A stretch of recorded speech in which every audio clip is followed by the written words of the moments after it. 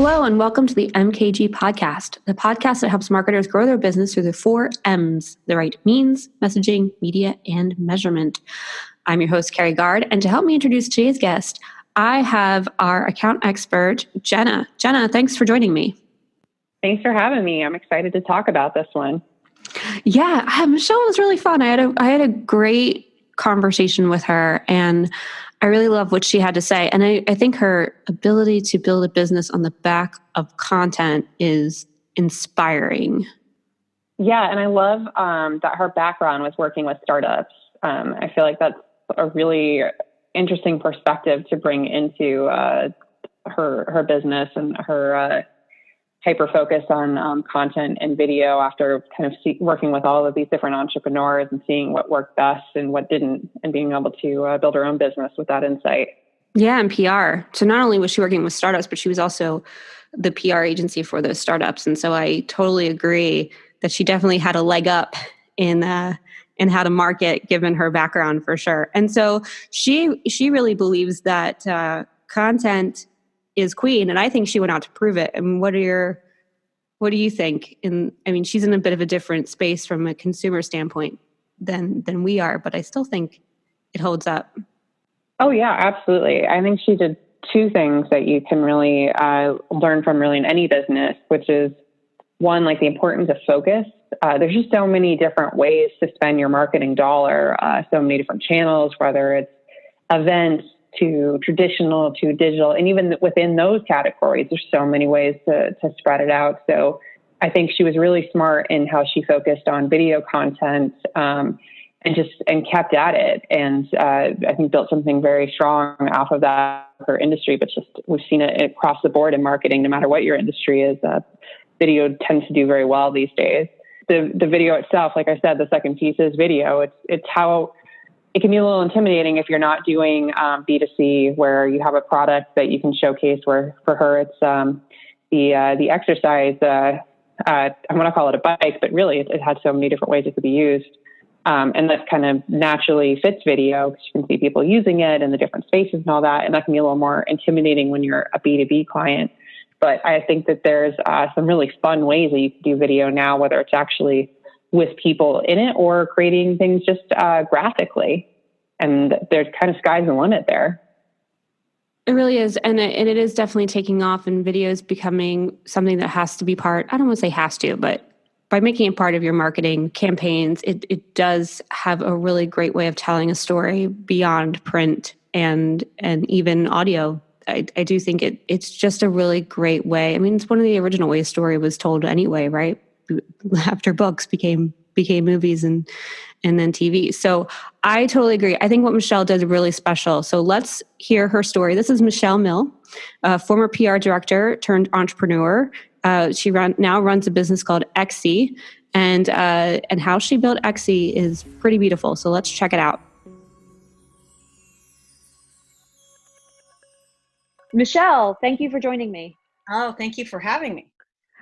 Before you started this new company, which we'll get into, you actually have a marketing background. Can you tell us about your history and where you came from?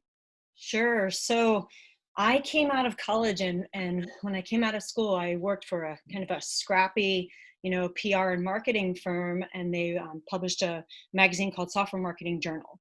And so I learned the basics. That goes back to like Jeffrey Moore days, Crossing the Chasm, aging myself here, but really got exposed to like early stage startups. How do you build, new products, get them to become, mainstream, and really spent the next 20 years focused purely on startups. And, then taking them from kind of this where nobody knows who they are to all of a sudden this, where it's ubiquitous and everybody knows who they are. And so spent time at ask.com, was Ask Jeeves back in the day. And then I went out and I started my own PR firm with a co-founder. And we built that entire firm around working with startups. I love technology innovation. I love disruption. And I love to be kind of on the cutting edge of seeing what's up and coming and then helping them, helping entrepreneurs grow. And so then I decided to kind of, step out and do my own product. But, I had learned a lot along the way of working with entrepreneurs, and then now being kind of one myself and making the transition to marketing a product. And there's all kinds of lessons to be learned here in terms of, it is a lot harder to do it yourself than to tell people how to do it. So I have a lot more respect for entrepreneurs, marketing people as a whole. But I just love the startup mentality. I love the ecosystem. I love everything about it, and kind of starting from scratch and building things into, products that people need every day. Yes. So XC is a portable exercise machine that you co-founded. Mm-hmm. And how did you come up with this product? Well, I'll tell you what, during those 20 years of chaos of working with startups, like right around the time I turned 40, I was sitting on the sideline kind of watching my kiddo, and I looked down and I had 2,200 steps for the day. And, I sit at a desk a lot, like all of us do, and that whole sitting is the new smoking, it's real, and I had some pain in my chest, and here I am. And I'm like, you know what? My dad had 2 heart attacks in his 50s, and this is just not how I want to go. It's just not. And so I was like, I want to turn this bench that I'm sitting on the sideline of my kiddo's life into an opportunity to exercise. And that's how I originally came up with the idea. And then I broke my leg and I got a blood clot, and it shifted, it changed everything. And so I realized that, I got this small kind of glimpse into the plight of people who have limited mobility, and it could be injury, disease, health condition, all kinds of reasons. And I shifted the strategy at that time to be like, all right, we can do something with whole body. I am hammering out these amazing workouts with being completely non-weight bearing with my upper body. That's when we were like, all right, we're gonna like change, not just make exercise accessible for people who don't have time, but for people who don't, they can't walk. They have, Parkinson's, they have tremors, they have disease, they're going through chemo, all kinds of things. And that's how kind of we started. And so, like you said, then in terms of the marketing piece for XC, you're doing it all then. I am doing so. I have a co-founder who helps me is driving the manufacturing side of things and the design of the product itself, with feedback and me working directly with customers to get feedback to incorporate it into the device. And then I have a team. We also have a mobile application that goes with this for both iOS and Android. And so I have two guys helping me with that, and then a graphic design artist that I turn to. But on the marketing side, yes, I am a one-person show outside of some agency help that I call in when I need it. In terms of the PR piece and the marketing piece, and we'll get into some of the tactics in a minute, but it's a lot of work. Where do you find the time to do it all? Well, I wake up really early is part of it. I think I've been doing this a long time, so I'm highly productive with my time. And I'm also, I feel like even in my agency days, like I said, I've been doing it a long time, so I think I can do the work of like probably 5 to 6 people by myself. And I don't sleep very much, but I do try to get a healthy amount of sleep. And I'm very targeted, very specific in my goals and what I'm trying to accomplish. And I have narrowed down our marketing strategy into something that I have found that works for us, and that is around content marketing. So it's very deliberate, it's strategic, and and I talk to customers a lot, and they give me ideas, and they give me good content, and they really become part of our journey and our story. And so, it's highly focused. Content. It's highly focused on content then. It is highly focused on content. If we are a bootstrapped hardware software startup, and the only way to do that is to be scrappy. And I am competing with people who have millions, billion, right, of dollars that have been raised in financing. So it's just being extreme content marketing and organic content marketing, which is really hard to do, but it's possible. So you talked a little bit about your customers and your audience, and it sounds like it's a bit fragmented as well. So can you tell us about who you're looking to target? Sure. So who I'm looking to target is people who have limited mobility struggles and challenges. And that it is fragmented. But I will tell you that the majority of Americans, well, 80%, right? 80% of Americans don't get the recommended exercise to fight preventable disease, right? Preventable disease, cardiac, hypertension, lots of cancers, obesity, type 2 diabetes, all kinds of things.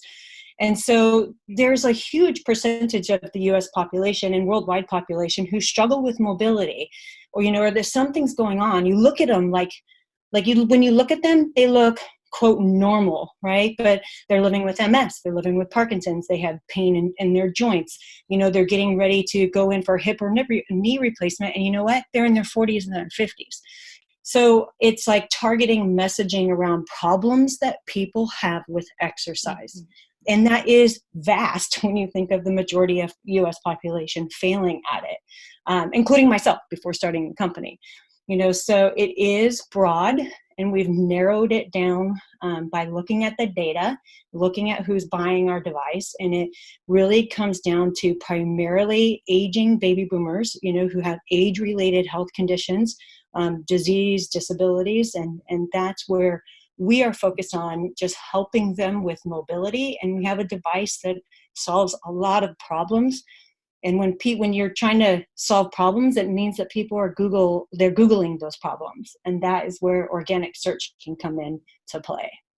In terms of organic search, because that was my big question. Like, yes, 80% of the country is definitely struggling with this. Do they know that they're struggling with this and that it's even a problem? And if they do, then what are they, right? Because they're not going to sit down and search exactly for your product. So how are you getting out in front of those people who are saying, okay, clearly I need to do more exercise, and what kind of content are you creating around so that you show up for that? So a lot of this goes back to customers, right? And listening to customers. I think one of the biggest mistakes, I will tell you this, it's the biggest mistakes that entrepreneurs make. It's the biggest mistakes that companies make. I've seen it through my entire career, is that people do not talk to their customers, okay? When you talk to the customers, they will tell you what their problem is. And then you know what you do? You go create a blog post on it. And then you do a video on it. And then you take pictures of it. And then you have them sharing pictures of it on their social media. But when it's talking to, somebody with Parkinson's who, we read a lot about tremors, but do we read a lot about leg pain? Well, I talk to my customers and I know that their legs are aching and they're, how do I get rid of, pain in my legs when I have Parkinson's disease? And those are, we have answers to those questions. And so it's just creating a lot of content in direct coordination with customers, that really kind of allows you to build an organic strategy. It's super time consuming. It's hard. It is vulnerable. It's all kinds of wonderful things. But when you do it, it actually works really well. It does, right? Because you're actually showing up for, I think what's interesting, two things about organic search that I find really interesting. And as an SEO agency, we definitely push content on a regular basis and come up with content ideas on, for our clients. The thing about organic search is that, and creating content, is that it lives on, right? You might have to go back and update it, but it's there and it's always there. And as more people refer to it, and it grows and it gets better in the ranks. So it might cost you money at first to create the content, but then it lives on. Yep. And then it's free, right? In terms of, you're not paying for it to show up in paid search. You're not paying necessarily for people to see it. They're actively looking for something and you're the answer to it, and it's there. Absolutely. So you have to pay up front in terms of time, or even getting an agency or whoever to create the content, but then it lives on. And are you seeing that on your side? Like, We do see that. And I would feel your pain in terms of selling that into, a company, right? Because everything comes down to ROI and to sales, and how is this impacting my business right now, especially if you're working with, a company that has just taken on venture capital, and they're like, I need to grow fast. Where's my growth hacking? I need now. I want to see the hockey stick. And there are strategies to do that, and that cost a lot of money, right? But to me, to not, if you have that kind of money, then you have to do those things as well, if those are your intentions to grow at that pace. but you're not tapping the full potential to me of online marketing as a whole, and also just creating your own narrative if you are not simultaneously thinking about creating a content footprint that will be discovered organically and naturally when people have problems and they're looking for solutions. So I get like, I'm not going to hire somebody who cannot show me the ROI immediately, but I also have been doing this a long time. So I'm in this for the long haul. And so it's a combination of, where's your long-term, the long tail strategy, and then where's your short-term strategy. And I think, especially if you have budget, you have to do both. That incorporates all facets of marketing. Yeah, and the nice thing about what we do from an SEO and a PPC standpoint is you can use SEO and you can do the long haul strategy and you can place the building blocks now, and then you use paid search in the meantime. And then you grow your keywords, right? So you figure out what you need from an organic standpoint, and while you're waiting for your organic to sort of pick up momentum, then you use that paid search aspect to get out in front of people right now. But you got to lay the groundwork, which is from a PR standpoint and from your history and being in PR, you got to lay that groundwork. Absolutely. I can't imagine not doing that. I will flat out tell you, I've done PR for a long time, and investing in this strategy is way more effective than investing in PR. And like if I had to pick, and I have had to pick, now mind you, I can do PR stuff on my own, but I still ask for help from people sometimes. But I will see a good blog post or a good landing page that talks about, the value of Parkinson's disease or exercising with a spinal cord injury. And that kind of content have way more impact, than being on MSNBC. It does depend on the media outlet, but we've had a lot of, media coverage. We were just recently even on a TV show, and you know what? It didn't lead to any sales. So that's a problem for me, because it's like, especially if it's a paid opportunity, and sales is my primary metric, and how I measure growth and how I measure success, in addition to just, if our customers are feeling successful. But, we are a business, we're trying to make money. To me, this strategy, it's how I'm building the company, so obviously I'm picking a strategy that I think works. So let's talk through your strategy a little bit. It's obviously content, but content is broad. Mm-hmm. So within the content that you create, you talked about landing pages, you talked about blog content. Are those your two most successful? So it is I have a multi-strategy approach with this.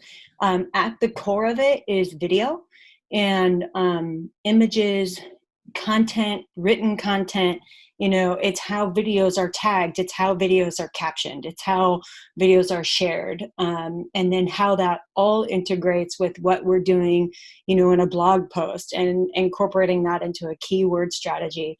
But, it's really funny. I have people ask me, like, why do I spend so much time on video? You can go to our, at xe.video, www.xe.video. It'll take you to our YouTube channel. We have 130,000, I think, or so views of our videos. Some of them have 5 views. Some of them have 10. Some of them have 20,000. It varies across the board. It's all organic. And, somebody will see something like, hey, Michelle, this one has 10 views. Why even spend the time on it?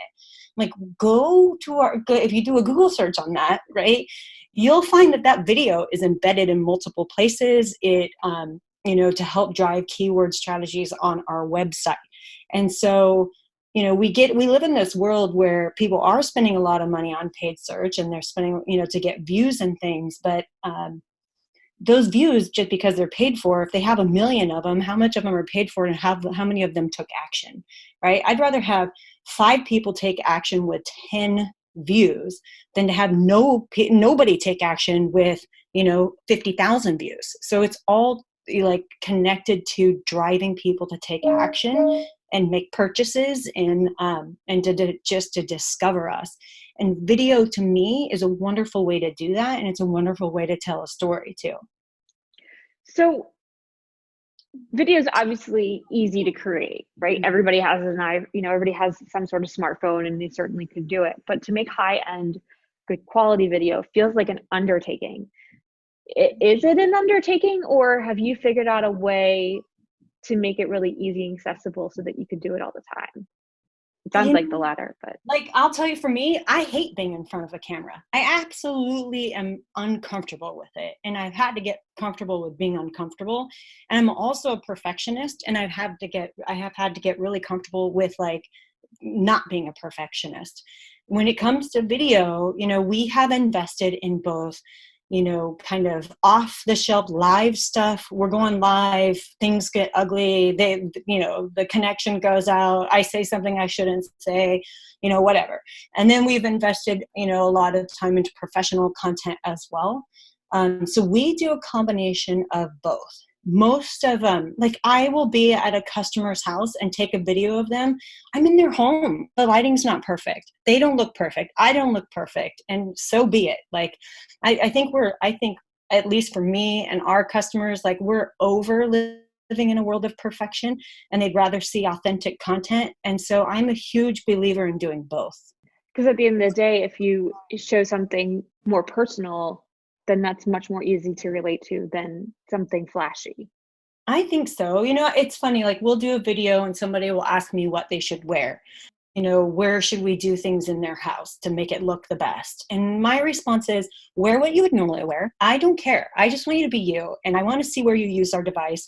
And if it, I'll bring a light if I have it. Sometimes it makes us all look worse because it's so bright and it's like shows all my lovely wrinkles, but whatever.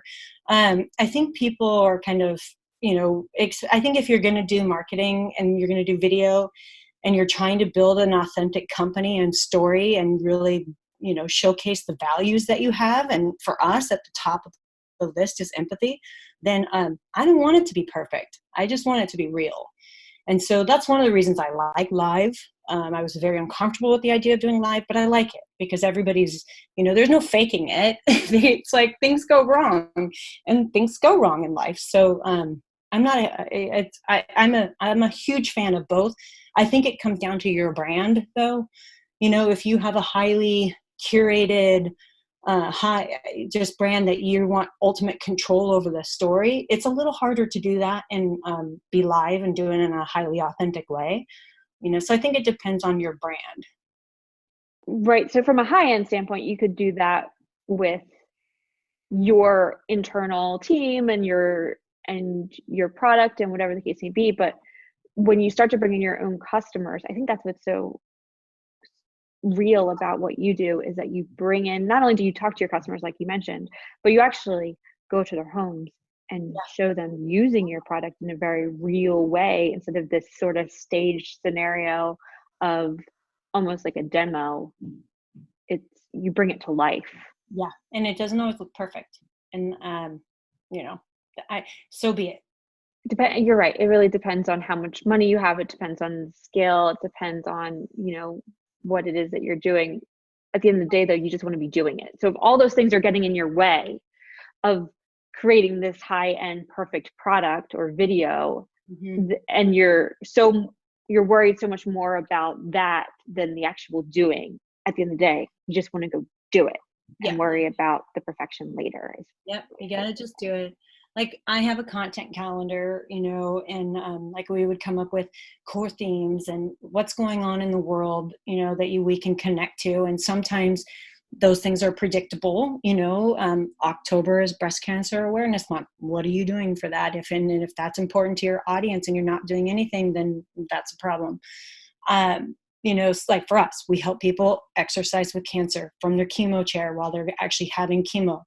So to not have a strategy would be silly. And, but it's less about, you have to, like, how do we do this in a way that's going to generate awareness for the company? How do we do this in a way that's going to help people feel inspired that people are doing this and they can do it too? So a content calendar that is showing how this fits into your SEO strategy, your social media strategy, the hashtags that you need to be putting out. What kind of content are you going to bring in? What kind of content are you going to use? Where are you going to broadcast it? Where are you going to put it across multiple channels? All that in a content calendar. And I think that will help keep people's feet to the fire, that they have to get something done that day that feeds into the overall strategy. Well, how do you create this content calendar? Do you just use a sheet of paper on your desk? Do you use Excel? Do you use Docs? Like, how that's been one of my sort of struggles with the content calendar is I Mhm. can't quite figure out the right tool to use so I can see it all. And then I get overwhelmed and then I stop doing it. I just put it in a Google spreadsheet. And like when we were doing these things, when I was doing these things for clients, it's all interconnected. In there, it is PR, it is social. You know, you have line items for everything of what you're going to do. If you have an affiliate strategy, well, if you're creating all this content for your website, why wouldn't you do it for your affiliates to help them be successful? Like, it all depends on what your channels are. And so tying that, and then also what are your paid, if you're doing radio, well, what content did you just create? Why are you not putting this on radio too? If I had money, I'd be blowing this out like even more out of the water than we are. But I'm still committed to bootstrapping right now. But I do use a Google spreadsheet. Underneath my mouse pad right here, I have a piece of paper that has all of our keywords on it. I look at it every day, and I try to incorporate it into everything that we do. I love that you have it written down and in front of you. I think with everything being so digital all the time, we forget something so simple as having it in a place where you can actually look down and see it and not on a screen and have to go find it. I find that all the time where I have to go find everything. It's on my desktop, it's on my computer somewhere, but I have to go find it. Yeah, it's funny because on my mouse pad right here, some of the words are like blurred out because it's where I primarily use my mouse, and I'm like, what are those words? I need to reprint this thing, but here's another thing that I do is I think, and it all depends on what size company you're working with, but I think that everybody has to have a why, right? I mean, especially on the entrepreneurial side, this stuff is too hard to do without being constantly reminded of why you're doing it. And I had one of our customers, for example, I'll try not to, this like gets me teared up because she's partially paralyzed, and she just won 4 gold medals in the Warrior Games for the Department of Defense, and she sent us 2 medals, right? Those are places where I can see them because that is the why. I have to reach these people. I have to find out where are they going to find us, and then I have to be there. And so content marketing is absolutely one way to do that so that you can get discovered in an organic search. Yes, I could buy the keywords, but it's really hard to get those keywords. But I mean, there are ways to find out cheaper ways to get the keywords, obviously. But finding some way to in your face, yes, I have the keywords here in my face, but I also have medals and I have customer success stories, and I go to our customer success page all the time because that's what keeps me motivated. I think that's so powerful because we work with a lot of big companies and big clients, and I think that the CEO sitting at the top, even for Mike and I as business owners of MKG, we sit at the top and we don't always communicate the why. We try to. I mean, our why is helping our clients and to grow big. But our personal why is to bring people first to as many people as possible. We're trying to disrupt the agency world and give people their lives back. You worked in agencies, it's basically sink or swim, and it's working into the ground. Yep.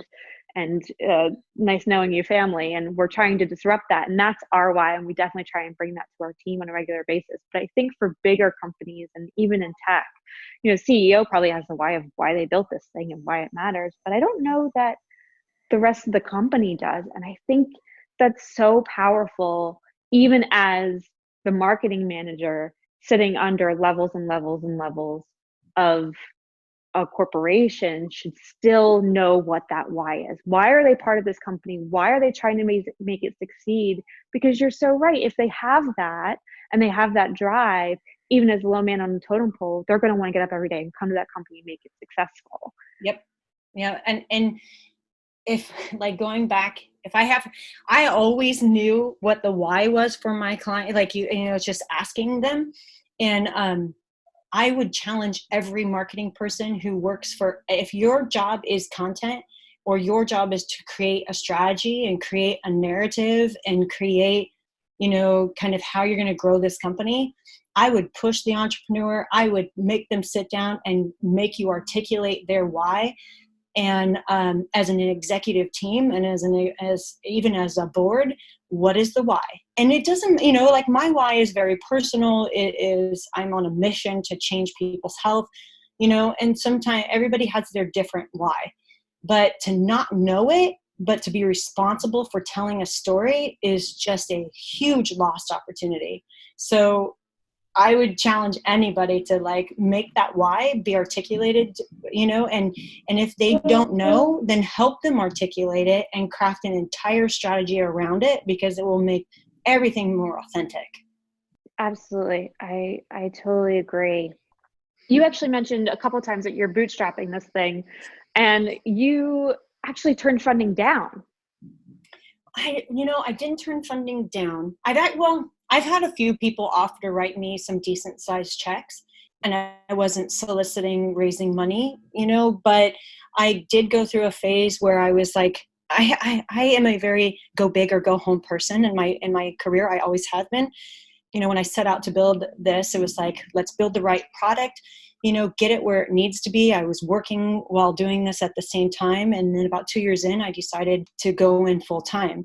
And that was 2 years ago, actually, almost to the day. So I was like, okay, for the first year, I'm just going to hammer even more than I was hammering. And let's get this in a position where I could raise around the financing.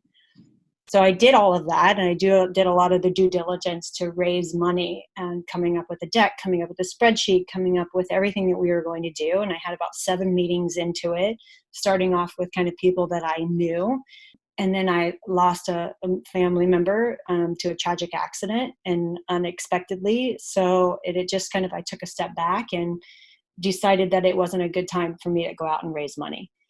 Just focused on getting sales, creating more content, and it landed us in some pretty big deals for me to just sit down and focus on the business as opposed to trying to raise money for the business. And those deals and that strategy helped put us in a position where we actually didn't need to raise money.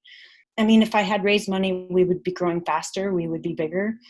It's allowed me to really focus on the customers and getting their stories and, seeing them in action, especially for people who are here locally. But I've had my fair share of video calls with customers too. I've created texting relationships with customers. Those are things that would be hard for me to do if I had taken on a lot of money. So, I could hire people to do that, but I wanted to do it. So, and really just kind of figure things out. I decided not to raise, and I'm not committed to not raising ever. We'll figure that out. But yeah, bootstrapped. We were completely bootstrapped. I think we've definitely touched on content and all of that, but at the end of the day, you did talk about competitors with deep pockets. And is this really how sort of David defeats Goliath in using content? Are your competitors just not doing a lot of content, so you're able to sort of scoop up those keywords, or is it sort of a head-to-head combat? How are you able to get out in front of these big companies with deep pockets? So part of my strategy has been what I will call is my Bible to marketing the company. Okay. And it's the Blue Ocean Strategy. And if people haven't read Blue Ocean Strategy, I would highly recommend you reading it. Right. There are the shark infested waters where you can go, if you can build companies and you can go after those shark infested waters. Peloton Cycle, they are doing it. They have done it, but they've raised over $1 billion, and then there's the Blue Ocean Strategy, which I will, for us, place into those waters a huge population of millions and millions of people who are completely marginalized by the fitness industry, right? That the fitness industry will focus on those 20% of the people who exercise, showcasing the perfect woman, the perfect man with the nice biceps and the 6-pack of abs, and it's the people who go to the gym. They already go to the gym, right? I want everybody who feels marginalized by the fitness industry. And I will tell you that those are huge populations, and I want to talk to them and I want to meet them where they are and help them solve challenges that are actually life-saving challenges.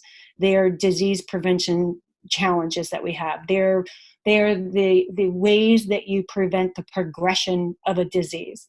And that if we're creating content around those people, and right now there aren't a lot of people doing that, especially when it comes to fitness equipment. There are some, but we can do it faster. We can do it in a way that doesn't require it to be perfect. And I know, at some point people will catch on and they will do it. And like doing podcasts like this is giving them my secrets, I guess, but whatever, because, people love our device, and if I can get it in their hands, they love it. So I'm going to just keep doing it. You mentioned that you built an app to go with your hardware. Did the app come at the same time as building the hardware, or did that come later after realizing maybe it was a need? I will tell you, I am a technologist to my core. And so when we did this, they came out at the same time.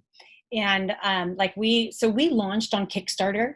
And when we launched on Kickstarter, we launched with both the hardware and the software ready to go. So, we launched in, I think, October, and then we shipped, and we had a 30-day campaign. We shipped in December. And when we shipped in December, we shipped with the app and we shipped with the hardware. So when we originally shipped, we were iOS only. And I committed during the Kickstarter that by the time we delivered the rest of our equipment, we had kind of a phased approach with Kickstarter, that we would also have Android.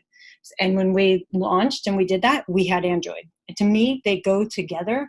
There's a lot of innovation taking place in mobile health that I think is wonderful. And so I would say that our mobile app is not a total disruption in its current in its current form factor, but there's a lot to it, and there's a lot of training in it. And we can, little features that matter to me, like uploading a picture in terms of what's your why, what's your inspiration, why do you even care to be more healthy? So there are some things in there that are kind of personal to me, but we have on-demand coaching that you can follow along. We have 30 videos from physical therapists. That kind of content from the physical therapist has been added as we've made progress, and content has gotten better and better in the app. But it was hugely important to me to do both at the same time. Do you think the hardware would have sold on its own, or do you think the app really had a big influence on that? I think the hardware would have sold on its own. I think that the problems that we are solving really come down to accessibility, convenience, versatility, quality of a portable device. And so when people come and buy us, the mobile piece is a nice to have, but the hardware is their must have. When you have somebody who wants to exercise in bed, for example, right? Sometimes that's fatigue. Sometimes it's, having fatigue from MS. Sometimes it's diseases like POTS disease, or there's all kinds of reasons that people actually exercise in bed. They're not coming to us for a mobile app.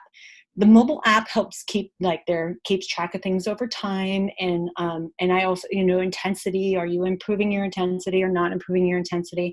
I notice for me, if I don't use the mobile app, then I will kind of what I call leisurely spin, whereas opposed to push myself. And so it comes down to your goals. But so the mobile app is important, but the hardware it's why we have 2 patents and we filed for a 3rd, right? The hardware is where the innovation is. I would totally agree that you are solving a massive, massive need for people. And I just love that you took it to the next level to say the hardware is enough, but this would just be a piece that would really bring this to life for people and get them on a tracking what they're doing, because for me, having that, I would be doing the exercise and that's all well and good, but to actually see what kind of exercise I'm doing and having that tracked and knowing that it's paying off, right? You sort of need that sort of pat on the back, right? Yep. Not just the feeling, but the actual seeing of it happening and the outcome of it. For sure. I'll give you an example. I wear an Apple Watch. I love the Apple Watch. I've tried them all. I'm not intentionally going to help plug Apple Watch, but I love it. I've tried all the other ones and I love the Apple Watch. I love that it reminds me to move because That's actually one of the most important things I can do throughout the entire day. I call it snacking on exercise, snacking on moving. And I love that the Apple Watch does that, right? And also really using heart rate.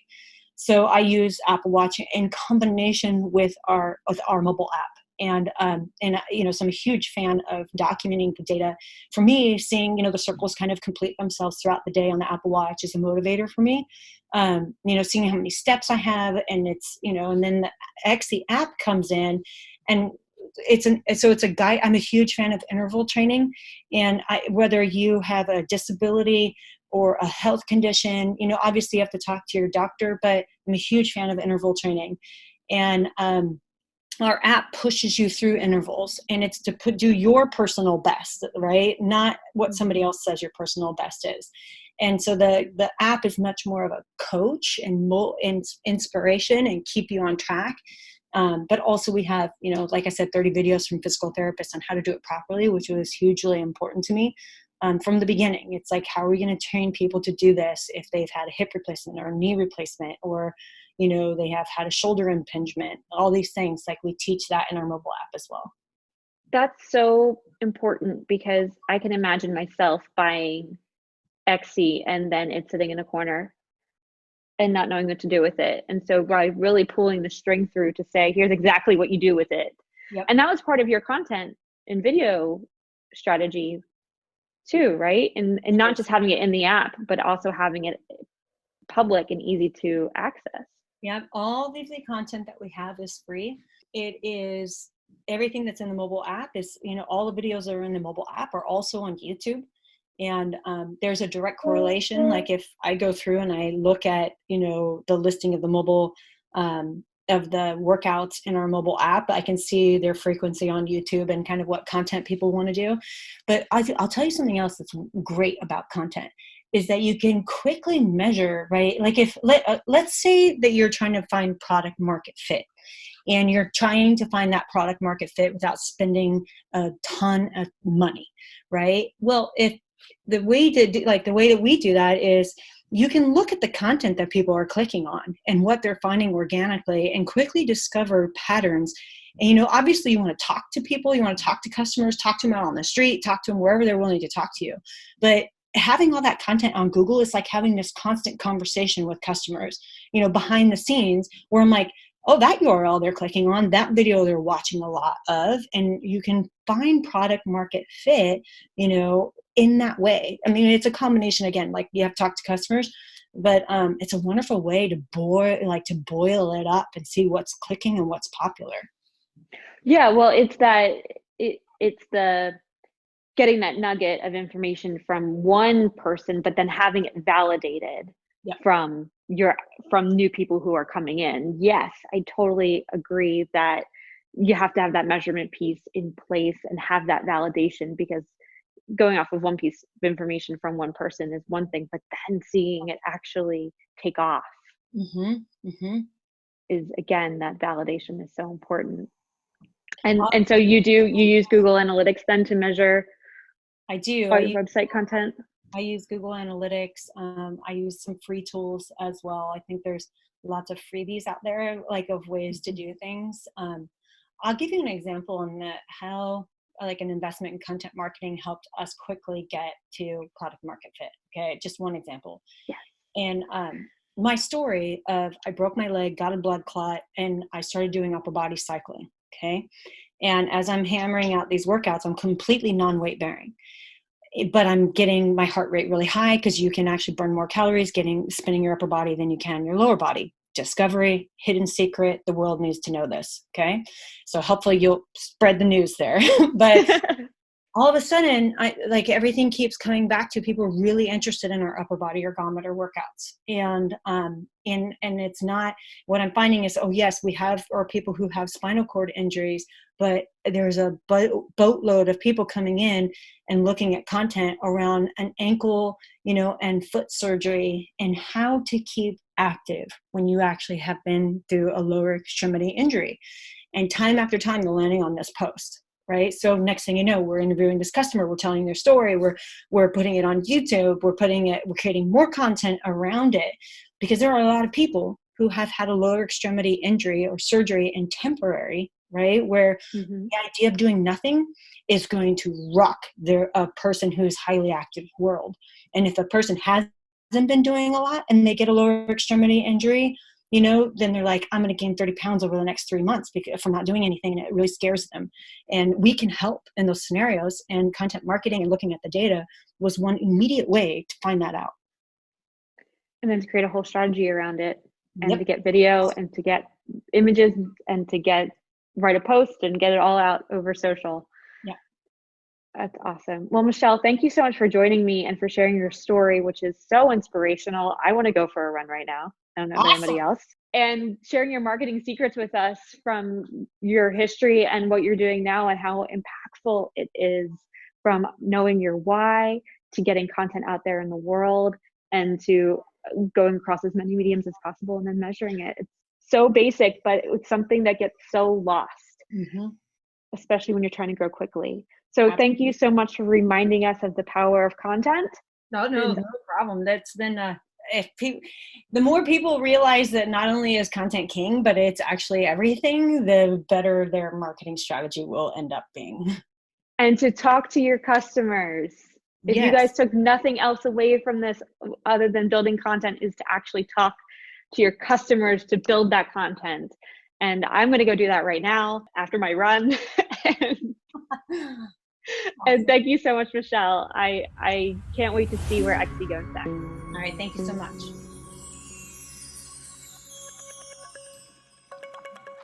So that was my conversation with Michele Mehl. Jenna, we talked a little bit in the intro about how video can be, a little intimidating for B2B. Michelle's definitely in the consumer space, but we've seen it. We've actually had clients do it and do it really well. Do you have any examples, considering you work day to day with clients, on how they used video thoughtfully and creatively to bring their story to life? Yeah, actually, one of our clients, ExtraHop, did this really fun video. I think it was called "What's in the Box," and it was around a security product for other businesses. So it doesn't seem like a natural, like, oh, this will be a fun video. But they did this great one, including with people too, not even done with graphics, where people were reaching into the box and finding different things, and it was about not knowing what you were going to find in there, tying into the security message. But it just had really genuine reactions of, that kind of Halloween thing of reaching in and not knowing what you're touching, that most people can immediately relate to, having done that at some point as a kid. And I really liked what Michele said about the biggest mistake people make is not talking to customers to find out what the problem is, and then you can create content that helps them connect. I mean, that doesn't matter what industry you're in. You can use that to kind of drive your video content no matter what you're doing. It's really just reaching out, connecting with your customers, find out what their problem is, and then literally just create content that answers that. I think that's a really important point to really the whole conversation I had with Michele, is the fact that not only did she do video content, which was really powerful, but she told her customer stories, and in a really powerful way through video. But I mean, we're always looking for ways to find new content. I mean, we do keyword research, we do competitive analysis, we do marketing trends, what's happening in the world, how do we write new content, where do we write new content, what should it look like? But we, from a B2B perspective, going, not just case studies, right? Like a case study is, here was a challenge and here's a solution that we brought and yay, but really telling the brand's story of how you helped them, right? And how they've grown and where they are and who they are, and bringing that to life. And then you sort of being an aha moment in that of, oh yeah, and we helped them and here's how we were able to help them. But it's not about you necessarily, it's about them. And I think that's what Michele does so beautifully, is that it's not about the bike. It's not about the bike at all. It's about how these people have been struggling and their stories and their struggle and where they've come from and where they've gone and how the bike has helped them get there. Yeah, absolutely. I think that she just did that in such a smart, human way. And on the SEO side, one of the ways that we do that, obviously we don't have the ability to go out and interview every single person that something like, say, iPass connects to, a huge category, helps with human connection just by seeing what people are searching for, which it does. It autofills in if you start asking a question. So you can actually see what do people need to know about this? What are their problems around this area? What are they trying to understand? And one of the things, tactics we do on the SEO side is go after those, as we call them, answer box opportunities, where we're literally just trying to find the question people are asking and be able to give them the answer. And that helps drive traffic to the site. It's both helping people and being able to connect to, oh, that's a simple problem that other people are running into. And then connecting your brand, not only with finding a solution, but having a kind of positive association. They're like, oh yeah, they helped me out with this. That makes sense. Okay, what else do they have in here? That human element is so important. And I think Michele did such a great job of reminding us all how important it is. Jenna, thank you for joining me. If you'd like to learn more about Michele from XE, check out xe.com. You can visit her YouTube channel as well and see what she's up to from a video standpoint and get some inspiration for sure. Thank you for listening to the MKG podcast, the podcast that helps marketers grow their business using the 4 M's, the right means, messaging, media, and measurement. I'm your host, Carrie Gard, and until next time.